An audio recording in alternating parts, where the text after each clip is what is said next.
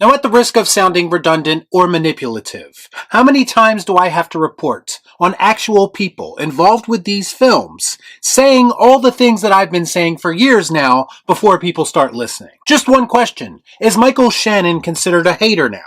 Let's discuss. I watch so you don't have to. All I'm offering is the truth, nothing more. So the moment has finally arrived after numerous delays and a lot of behind-the-scenes turmoil. Talk to you soon, okay? Bye! It's Flash Week, which means the Scarlet Speedster's first ever movie is about to be released. Over the past couple of weeks, DC, WB, and James Gunn himself have been doing everything to try to manufacture some kind of hype around this movie. At some point, I think they realized that it's going to take a little bit more than nostalgia baiting people with Michael Keaton's Batman. Because after a while, they started bringing in the big guns. They even had the legendary Tom Cruise publicly endorse this film. Well, it wasn't exactly public, it was more like a phantom statement that I'm sure wasn't pre-prepared and pre-certified by the studio in any way. Nobody likes a smartass, alright? Even with this push to convince audiences that they should be interested in this movie, there's been some hang-ups along the way. And in the words of Mark Wahlberg's character from The Departed, WB has more leaks than the Iraqi Navy. Maybe. Maybe not. Maybe yourself. Every other day it seems like spoilers and whole scenes are being leaked online. It didn't help that they gave a select few people the option to pre-screen this film, in another desperate attempt to drum up some buzz. But once again, WB is proving to be clueless because the reactions to those screenings have been mixed at best. It's a bold strategy, Cotton. Let's see if it pays off for them. I'm gonna be honest with you. At this point, I'm not interested in hearing what critics have to say about this movie. I'm not interested in hearing what some fans have to say about this movie. And I'm definitely not interested in the man who single-handedly saved movie theaters last year, Tom Cruise, and his thoughts on the film. Who knows what we can believe or not believe with those reactions. What I'm more interested in hearing about right now is what the people involved with making this film think about the final product. Goddamn right, that's the only way I work, Cap. Luckily, one of the actors who was involved with making this movie came out recently and did just that. Unlike his MCU counterparts, however, he didn't wait until this movie's box office run was over. Michael Shannon decided to unleash on this movie during the press run he's currently doing for it. Turns out, maybe sending Ezra Miller out on the press run would have been the better option for them. Sure, he choked and kidnapped some people, but I'm sure they could have counted on him to lie through his teeth because he needs the Flash more than anyone else. That makes sense.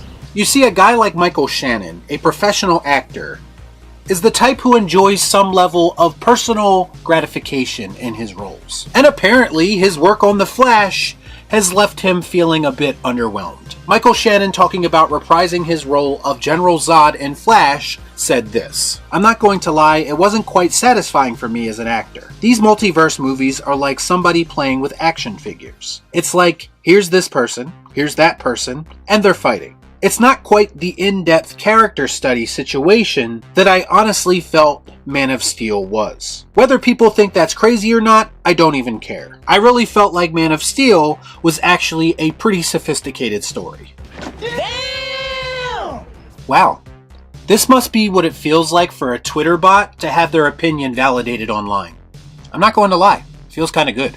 Well, this is a real kick in the nuts to the Flash movie that's already taken a beating. Not only is Michael Shannon endorsing the guy you got rid of in Zack Snyder with these comments, but he's also explicitly stating what a lot of us have been feeling about these movies. These modern comic book movies, especially the ones that dabble in the multiverse concept, ultimately end up feeling like a whole lot of nothing narratively. They are unfulfilling to the people creating them, and they are unfulfilling to a lot of the people who are watching them. I don't care! Because once again, when it comes right down to it, Easter eggs, references, and cameos do not manifest themselves into a great story. If you look at Man of Steel, regardless of how you personally feel about the decisions made in that movie, and regardless of whether or not it lines up with your personal views of Superman, at the very least, it took the characters seriously. And as Michael Shannon says, it was telling a more sophisticated story than your average comic book movie. Yeah! And yes, a part of that story was doing a character study on some iconic characters like Superman, and yes, even General Zod. If you're thinking logically, that type of situation has to be more appealing to an actor who is looking for a bit more than just a paycheck with their work. Now, as a lot of butthurt fans are pointing out, yet he still signed on and took the money to be in Flash. Well, I hate to break it to you, but that's not the flex that you think it is. Just the fact that he took this role, feeling the way that he feels, and he basically robbed WB of a sizable amount of money in the process. That basically only reinforces his position. Because we all know that anyone in that position would do the exact same thing. Collecting an easy paycheck and then moving on to something that better utilizes your abilities? Where do I sign? Show me the money. Multiverse movies, and even comic book movies in general, feel exactly like someone playing with action figures. They are completely inconsequential and lacking any kind of real cultural significance anymore. You don't hear people talking about these movies for weeks on end after they're released anymore. They're forgotten about in a matter of days because, quite frankly, there isn't much to talk about. There isn't a whole lot to analyze, but there is a lot to criticize. This is whack! I can't get jiggy with this shit!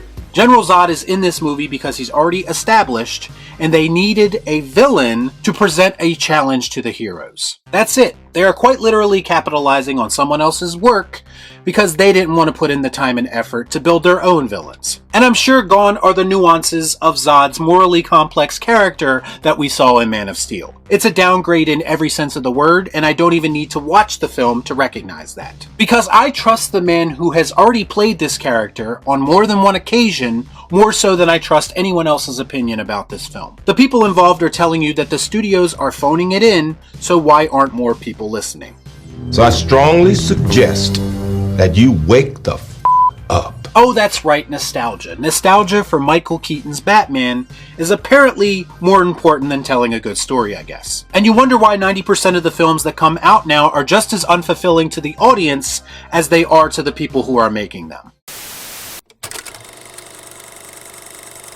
Oh my god, do you ever get tired of complaining? Mr. Negative strikes again. Maybe you should try being creative yourself for once, instead of just trying to capitalize on your hate clicks. All you do is seek attention by saying all sorts of things that you know is going to rile people up. This is why you deserved to be cancelled. Some people may not realize how manipulative you are, but I do. And that's why I will not rest until your channel is exposed for the fraud that it is. Because I have no problem being the Ezra Miller to your pregnant lady. Man, baby. Y'all be cool. Right on.